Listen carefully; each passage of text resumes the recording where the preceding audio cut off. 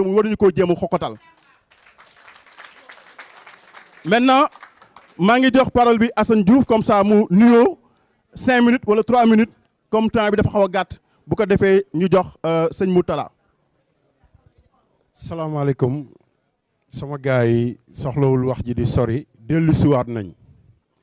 dellusiwaat bi ñu dellusi nag dellusu gàcce la parce que 2021 cité kër góor gi lañ dugg si woon man maa ngi fi ñëwoon 6h40 du matin buntu kër Ousmane Sonko témoin bi képp ku ko fekkewul woon da ngay dem ci YouTube nga xool man ak Ahmed Diop bu Sen TV mu jox ma micro di ma laaj dañ ñoo dóor lacrymogène may woote di woo jeunesse bu Sénégal pour ñu xeex injustice tey ñu dellu siwaat fii toogaay bi nag am na loo xamante ni dina jaaxal sénégalais yu bari mais man maa ko sàkku parce que man xajuma ci gàcce moo tax kii nga xamante ni mooy Abdou Mbow di suñu frère ma teg ko sama wet parce que gàcce baaxul dafa am ñu doon xeexal xeex bi ñu doon xeex ak ñoom tey bu ñu demee ba ñoom ñu ànd ak ñun di xeex bu mel noonu loolu gàcce la ci ñun kon Ousmane Sonko gàcceel nga waa Sénégal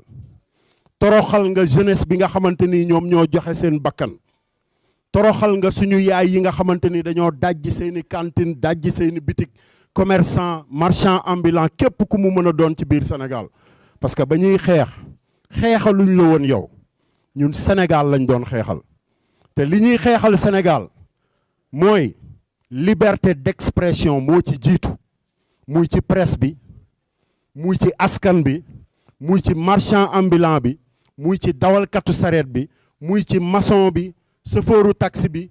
képp koo xamante ni yaa ngi yeewoo Sénégal te gàcce gi dafa commencé keroog bi chauffeuru taxi yi jógee ne dañoo bëgg a def rassemblement keroog bi marchand ambulant yi jógee ne dañoo def rassemblement dañ ko bëgg a def ñu gàntal leen ko foofu la gàcce commencé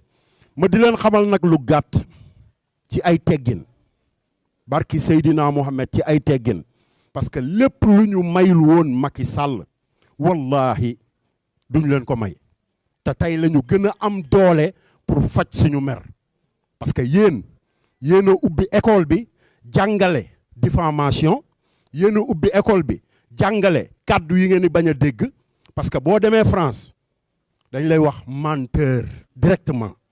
boo demee États-Unis day call you are a liar boo ñëwee Sénégal dañ ñuy wax suñu papa yeeg suñu yaay yi bàyyil fen loolu kenn mënu koo dindi ku fen ñu wax la da ngaa fen fii bu ñu bëggee réew mi baax yéen ngeen ñëw ne rupture foofu ngeen di commencé ñu di ko waxe ni mu amee jeex na tàkk loolu rek laa amoon lu may wax wasalaam.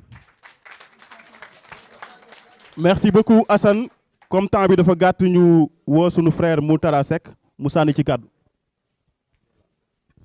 bon asalaamaaleykum wa rahmatullah maa ngi nuyu ñi fi teew ñëpp maa ngi tudd Mourtala Seck doon le coordonnateur du collectif Ñoo Lank mais tey dama fi teew en tant que sénégalais lambda dama am lu ma bett parce que 2021 su ma fi toogee c'est parce que 2021 dama bokkoon ci ñu defaloon